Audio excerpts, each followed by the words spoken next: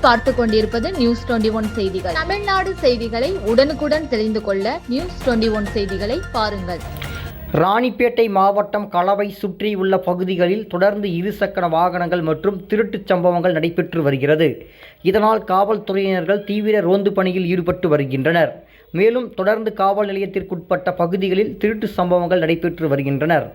இதேபோல் காவல் நிலையத்தில் இருந்து சுமார் 300 மீட்டர் தொலைவில் உள்ள களவை பேரூராட்சிக்கு உட்பட்ட 2வது வார்டு ஒத்தவடை தெருவில் பேரூராட்சி மன்ற தலைவர் கலா சதீஷ் வீட்டின் எதிரே நேற்று அதிகாலை சுமார் 4 மணி அளவில் மர்ம நபர் எதிரே இருந்த இருசக்கர வாகனத்தை திருடிக் கொண்டு சென்று வரும் சிசிடிவி கேமரா பதிவு சமூக தளங்களில் பரவி வருகின்றது. இது குறித்து களவை காவல் நிலையத்தில் இருசக்கர வாகனம் திருட்டு சம்பவம் குறித்து நேற்று புகார் அளித்தனர். புகாரை பெற்றுக்கொண்ட இன்ஸ்பெக்டர் கவிதா சிசிடிவி கேமராவில் பதிவான காட்சிகளை பார்த்து ஆய்வு செய்து விசாரணை நடத்தி வருகின்றனர்.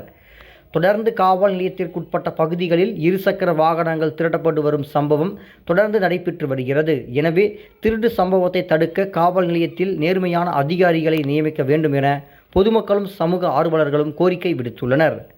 நியூஸ் 21 செய்திகளுக்காக செய்தியாளர் பாஸ்கர்.